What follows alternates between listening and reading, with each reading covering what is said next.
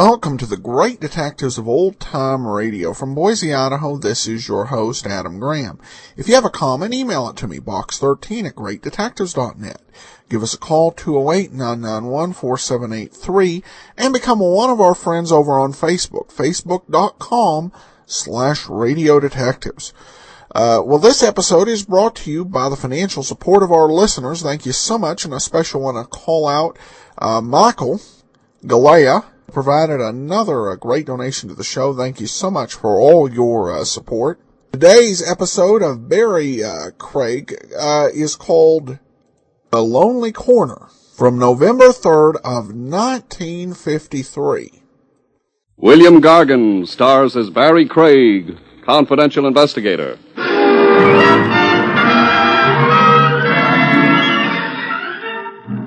Murderers must have a lot of trouble keeping their books balanced. For one thing, they can't always be sure when they're going to make their next killing. And for another, so many of their assets are buried.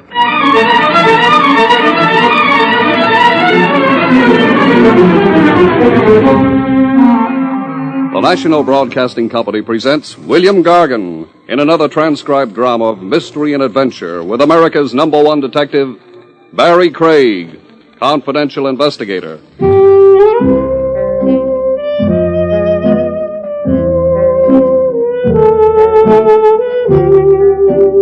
Barrie Craig speaking. Being a confidential investigator can easily become an office job, if you've got an office, which I have, and you spend all your time in it, which I don't. Clients cross you up sometimes, though. Joey Carter made a stab in that direction on this particular day. I had a meal at Willie's Wagon, if you could call it a meal. What would you call it, Mr. Craig? Penance. Big joke. Something wrong with the hamburger? Well, it's been fatally wounded, Willie. Huh. Next time you might wait till it dies before serving it. My customers should live so long. Why, thank you, Willie. I can remember a time when Private Dicks could hardly read. They were all making witty remarks. Sorry. Have a cup of coffee? Oh, I'm not that sorry. There's nothing wrong with a coffee. Well, there's nothing wrong with sulfuric acid either, but I'll hold on to my stomach lining for a while longer if you don't mind. What's so special about your stomach lining? It's attached to me. Ah, you're getting sentimental. Which reminds me, there was a guy in here looking for you about an hour ago. Oh? Nervous little punk. I gave him your office address. He must have missed me. An hour ago, I was on my way here. Yeah? What was he nervous about? He didn't whisper nothing in my shell-like ears. Then how'd you know he was nervous? He couldn't keep his hand from trembling. The one that was holding the gun, I mean. Willie had nothing more to offer except the coffee I'd already turned down, so I got out. After Willie explained that my prospective client hadn't exactly been waving his gun around. He'd just been clutching it in a side pocket.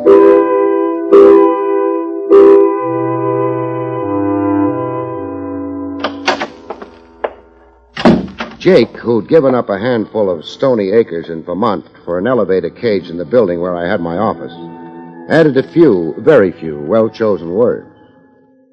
Hi. Hello, Jake. Nice day. Yep.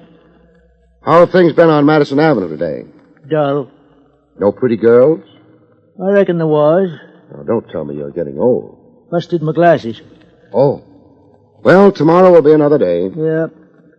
But I'd like to get up to my office before then. Oh, I keep forgetting. Going up?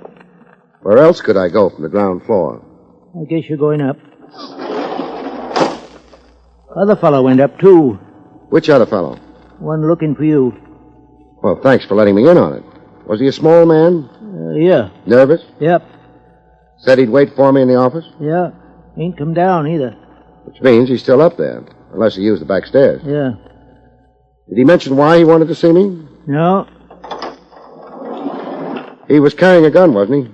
Oh, you heard about him. From Willie. He tried to get a hold of me at the wagon, but... Fella drink any of Willie's coffee? I don't know. You better hurry on to your office, because if that fella did... Yeah? He'll be needing major surgery.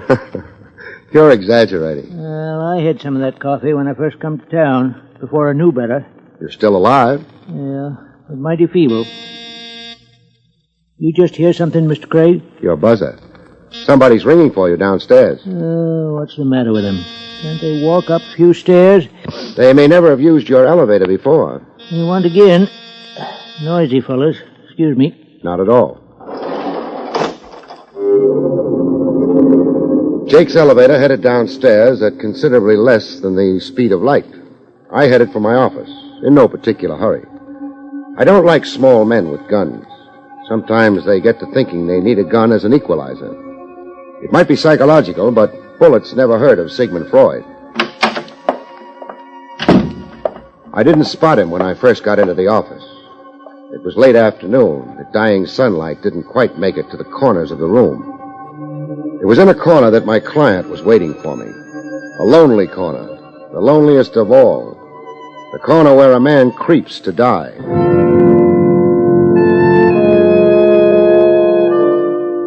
The knife went in under the left shoulder blade and pierced the heart. He died maybe an hour ago. Death was not instantaneous. There's no identification on him. Labels on his clothes have been ripped off. Until further notice, he'll go on the books as John Doe, deceased. Briefly and beautifully put, Lieutenant Rogers. Let's not be formal, Barry. You, taking Junior with you? Mm-hmm. Maybe we'll turn up something with his fingerprints. The odds are good. The gun he was carrying had its serial number filed off. Professional. Yeah. Makes it funny, though. Why? His prints are on record. Whoever killed him must have known that. Why bother with stripping the body of identification? Time, maybe. I suppose. He was trying to get in touch with you. Somebody was anxious about that. I'd imagine so. Somebody's anxiety killed John Doe. Looks that way.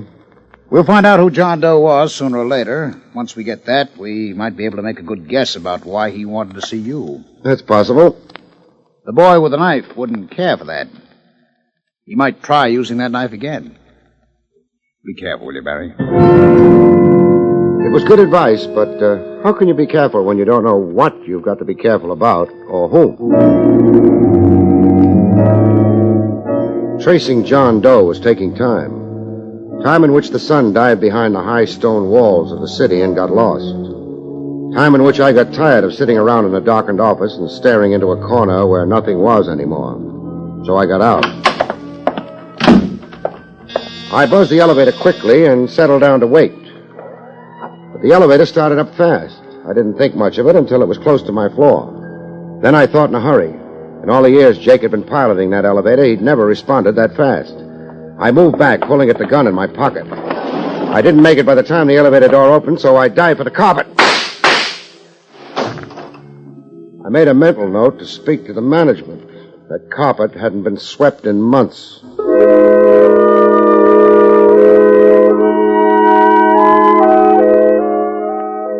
The little stranger in the elevator hadn't waited to see if the bullets had found me. I thought maybe I could let him know if I got down the back stairs fast enough. Then I ran into Jake. At the foot of the stairs, slumped behind the door that led to them. Jake. Jake. Yeah, if I remember correct. Boy, you had me worried for a minute. Aye. Hi. Head don't feel so good. You were hit on it. Maybe that's why I don't feel so good.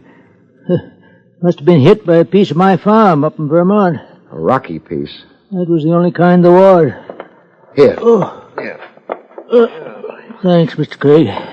How is it? It was better laying down.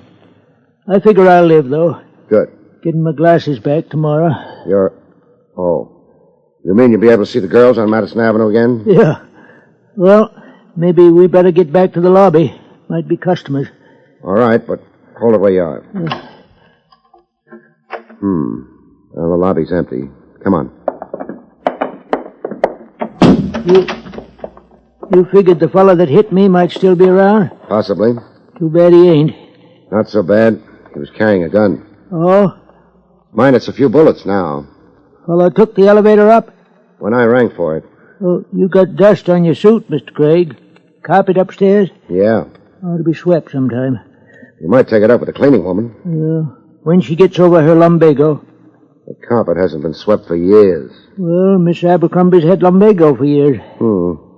Jake, did you see the man who slugged you? Not too good. My glasses, you see. Yeah. Well, he's probably a half a dozen miles from here by now. So long, Jake. Going out? Sure. Mr. Craig, Yeah? the fella that took them shots at you, he might be hanging around. What for? Another helping. No, it was a professional job. Hit and run. If they don't make it the first time, they wait until they can arrange another setup. Well, I hope you're right, Mr. Craig. So, do I. My analysis was probably right. That didn't prevent me from holding my breath as I went through the lobby door.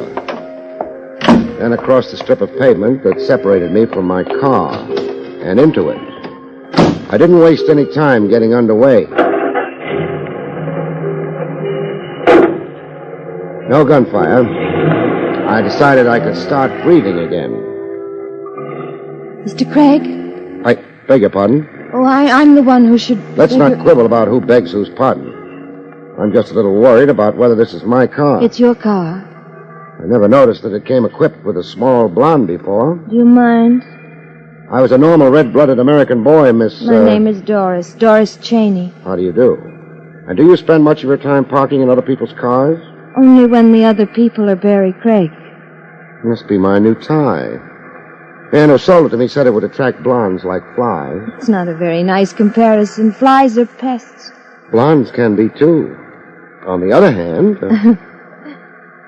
now that the gay chit-chat is over, well... But I had to see you. I've got an office. Oh, I couldn't be seen going there. You're shy? I'm afraid.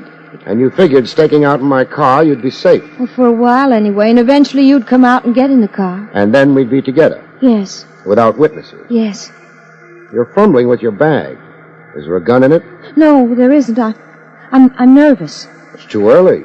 We haven't come to the reasons for your being here yet. We've come to the reasons. My mistake. The name of the man who was killed in your office today was William Cheney. I concentrated on my driving. Concentrating on a small blonde is more fun, but is more likely to end up in a crash. She didn't add anything to the identification. I didn't figure she was finished yet, though. I gave her the cue. Relative? My husband. No relative. We haven't been living together for some time. He made noise when he ate soup? He was a thief. Oh, and that wore on your nerve. Well, I hadn't known when I married him. That happened. You don't sound as if you believe me. I don't have to believe you. You're not a client. What? Some reason or other, people never tell the truth to detectives if they can help it. Maybe they figure detectives should be smart enough to find out the truth for themselves. Sometimes detectives do. But if I were a client? I'd have to believe you. It's not on my license, but it's the way I play. I want you to believe me, Mr. Craig. It's $50 a day in expenses. That's not too bad. Depends on what you're buying. Suppose you hire me. What are you in the market for? An alibi, maybe? Alibi? For what? Your husband didn't die of old age. Oh, you think I... You could have. You knew where my office was. You knew he died there. But... Did you kill him? No. Okay. For now, we'll accept that as being true. The next thing is, what do you need a confidential investigator for? I know who killed my husband. She had a habit of throwing small bombshells as though she didn't know they were explosive. I sat that one out for a few seconds. It gave me time to wonder if the car that was trailing us intended to get any closer. It didn't. Not yet, anyway. You know who killed William Cheney? Yes. The district attorney will love you with a great love if you drop in and tell him. I can't. You don't care for the legal profession? I don't have any proof. That's a discouraging detail. But I know it has to be... Has to be who? You've been staring up into the rearview mirror all the time. Why? Car's been following us ever since we left my office. Who does it have to be? Car? Then someone... So far as we know, no one saw anything but me getting into my car and driving away. Who killed your husband? They must have noticed It's night. They've not been close enough to make any identifications. Maybe not even to spot the fact I've got a passenger. Why are you holding out on me? I'm not, only... The headlights are getting bigger. We're going to have company pretty soon. Look, Mrs. Cheney, it's corny. Somebody with something important to tell is stalling about it until it's too late. You mean until they get killed? Yeah. And by then, the something important isn't important anymore. At least not to the one who dies. John Hurley. John Hurley. My husband worked for him. And since your husband's profession was a thief, you mean he stole for him? Yes. That's background. Now hand me motive. My husband stole something. Hurley thought he was going to double-cross him, not turn it over to him. Was he? I don't know. I haven't seen Bill for months, since we separated. You make the marriage sound like ancient history. Your news is fresh, though. But Bill's phoned me lots of times, begged me to take him back. But, What was it he was holding out? well, I'm not sure. Jewels, I think. Uh-huh. Slide off the seat and get on the floor. What? Do as I say. All right.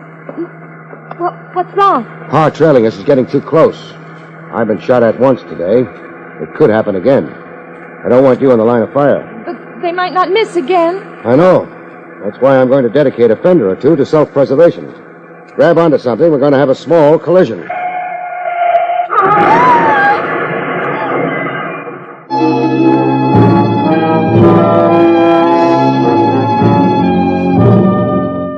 For what happened immediately after I'd cut my car in front of the one coming up behind, you'll have to consult somebody else. Obviously, both cars spun, slid across the street, and wound up attacking a lamppost. I was among those present, sure, but I wasn't sitting up and taking notice. I was lying down and being unconscious. Oh. Barrie. Oh. For a little while, I thought maybe my sins had been overlooked and I was in a better place. But what would the voice of Lieutenant Rogers be doing in a better place? I guess you're alive. Thanks. Oh, ouch. I could have told you this was no time to brush your hair back. It's my older brother who has two heads. Maybe I'm my older brother. That lump you're fondling isn't another head. Oh. Crab. Yeah? News.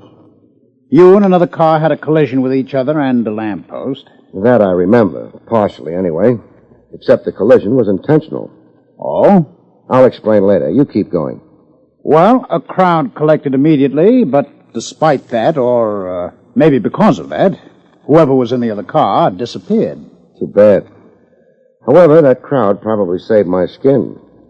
The car was trailing mine, Trav. Outran me. I figured it would probably outgun me, too, so I had an accident. For a man with a thick skull, that was probably the brightest thing to do. Thank you, Lieutenant. I don't feel very much like making sudden movements with my head. That's why I haven't looked around, but, Trav, does there happen to be a small blonde on the premises? I've looked around. Not even a big blonde. Uh-huh. Means the crowd gave her an opportunity to duck out, too. Trav. Yes? Hasn't the police department got a couple of other lieutenants they occasionally use? I was phoning your place when you left. I got Jake. Oh. And the news from Vermont was? You'd left. With another car on your trail. So you sent out an alarm? Yep. Thanks. What were you phoning me about? The identity of the corpse in your office? William Cheney? Yes, Hey, wait a minute. How did you know who he was? The small blonde. She must have been a very knowledgeable small blonde. Maybe. She'd also been married to William Cheney. And wanted you to do what? Find his killer. Trav, what's the department got on Cheney? Thief of sundry and movable items, notably jewels. Big job recently? Suspected the Horsham deal. Well. Not much so far as quantity goes. One medium-sized necklace. Only it happens to be worth around $100,000. Give me quality over quantity any time. Which is what Cheney and his boss must have figured. Which is also what Cheney figured. Now you've lost me. Cheney was holding out on the necklace, I'll bet. I was on my way to Cheney's house when you interrupted. Would you like to come along? Very much. If I can arrange to have my head brought with me.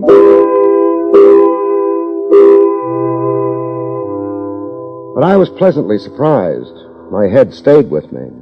We got to Cheney's place. Cheney, understandably enough, wasn't home. Neither was the necklace. We made sure of that. Well, wherever he hid it, it wasn't here. No. Funny thing. You can see his wife left him. Not a dress in the place or a pair of women's shoes, but he's kept her furniture around. Yeah. He wanted her to come back.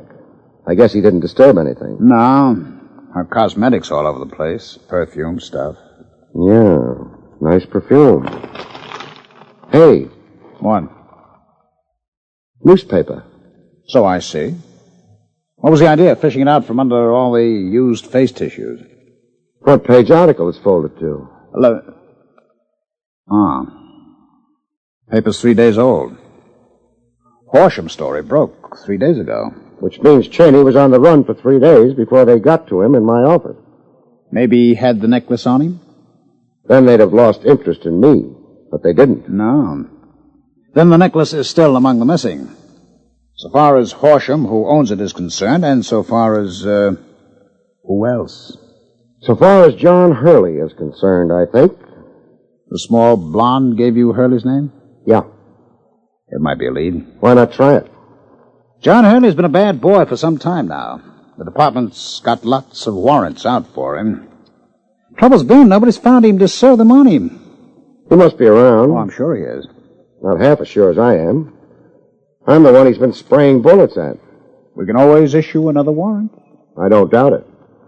The only thing is, I'd like to be around when it happens. Around and alive. That, for the time being, was that. Trav returned to wherever lieutenants of police return in the middle of the night, and I got some work done. Not finding Hurley. No private detective can come even close to the police when it comes to tracing people.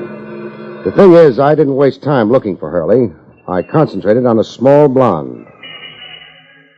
According to what your fleet dispatcher tells me, you guys work the cab stand here nights.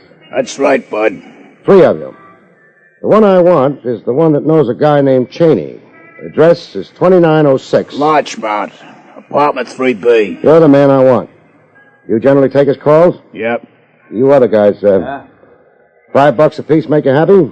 Sure, okay. Okay. Now, this Cheney was married, wasn't he?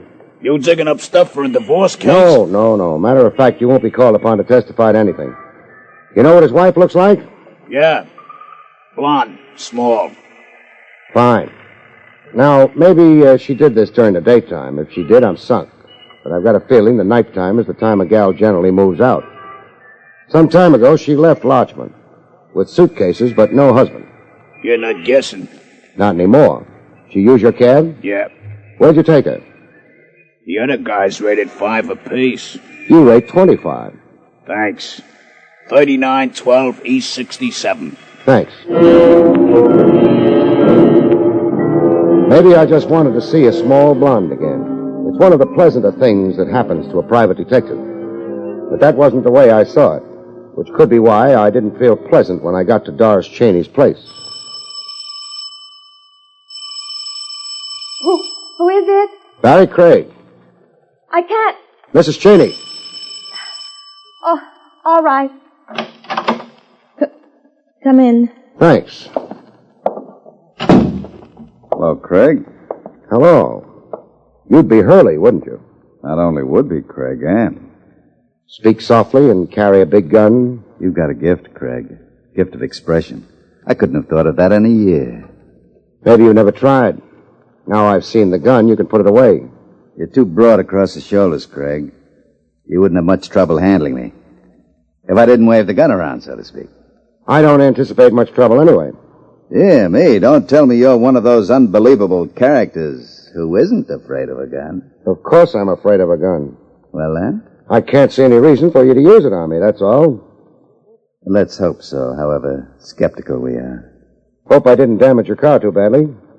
Doesn't matter. Wasn't mine to start with. Doris. You were unconscious, Barry. I saw Hurley get out of his car. I ran. I had to. Sure. How long's Hurley been here? Well, just a couple of minutes. In that case, he hasn't found the necklace yet, has he? Craig, now I'm really surprised. Fancy her admitting that. Or was it a slip of the tongue? Pretty obvious, isn't it? Maybe. But it takes a rare man to recognize the obvious. Congratulations, Craig. Now, if you don't mind, Doris, my dear. I don't have the necklace. Now, you see, Craig? She won't admit the obvious. Maybe she's frightened. Hurley, if she turns the necklace over to you, what then? You mean, will I be nasty? Kill people? Why should I? Police are after me anyway. All right. The necklace is in her bag. Barry. Bag? Ah, here it is. She kept plucking at it when she came to consult me. I thought there might be a gun in it, but... Not a gun at all. The necklace. Yeah. Well, Craig, you were quite right. There's no need for me to bother you at all. Oh. Please, drop your gun, Mr. Hurley. I'm terribly nervous. I I dropped it. Comes of having eyes for only the mercenary. And I should have kept them on you. Please, Barrie, call the police. Yeah. No question about Hurley's being the man who trailed us in that car. Man responsible for the jewel robbery. The phone? Oh, yeah. Not to mention murdering my husband. Let's not mention it. What? Because he didn't. Sorry. Telephone wires do get tangled around people's arms, don't they? I'll take the gun. Neatly done. Sorry I can't stay to admire. You're staying. We're all staying till the police come. And then a thief will go to jail and a murderess to her punishment.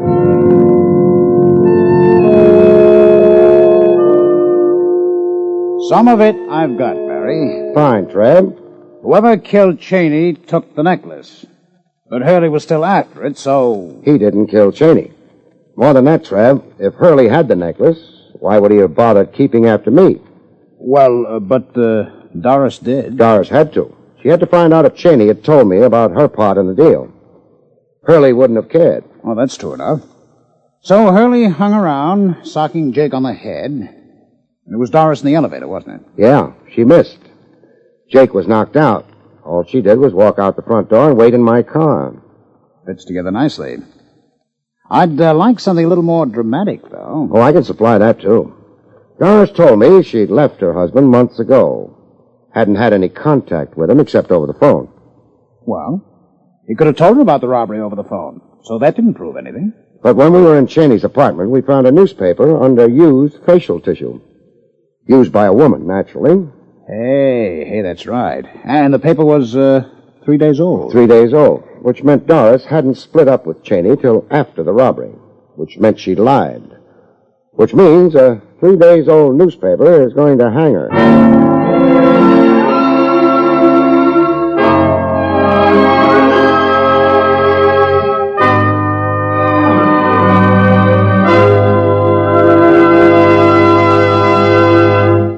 You have been listening to William Gargan in another exciting transcribed mystery drama from the adventures of Barrie Craig, confidential investigator. Tonight's story, The Lonely Corner, was written by Lou Vittis. Next week, it's the strange story titled The Killing Pace, about which Barrie Craig has this to say. Next week, 3 wise men brain each other, and a lady doll goes to the dogs when a champion greyhound makes a record-breaking sprint into the hereafter. Good night, folks. See you next week.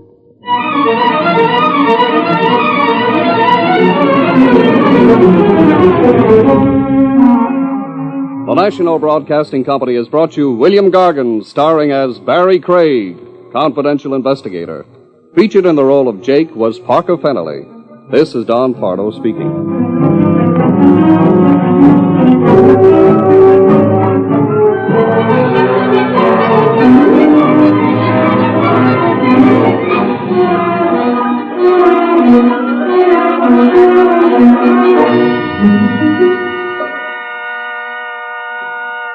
Mark Twain used to say, everybody talks about the weather, but nobody does anything about it. We might add, everybody talks about the bad conditions in our schools, but nobody does anything about it. But no, that wouldn't be quite fair. Today, good citizens all over the country are working to improve our schools. It's true that in many communities, schools are outmoded, run down, and overcrowded. But in most of those communities, intelligent, responsible citizens are joining together to improve conditions. If you'd like to do your part, join and work with local civic organizations that are trying to make educational conditions better. If you'd like to know what other communities are doing to improve their schools, just write to the National Citizens Commission for the Public Schools, 2 West 45th Street, New York, 36, New York. That's the National Citizens Commission for the Public Schools, 2 West 45th Street, New York, 36, New York. Remember, better schools build a stronger America.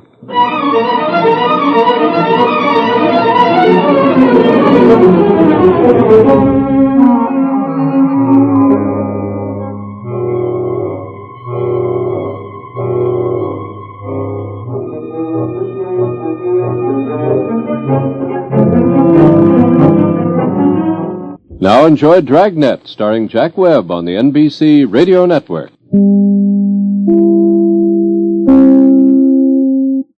Welcome back. Well, an interesting case. I have to say that I was somewhat unimpressed by the final clue, because the facial tissue could have been an indication that there had been a woman in the room, but it didn't necessarily have to be the client. And the motto, of course, of Barrie Craig continues to be, I'll believe you until I have to get you convicted for murder.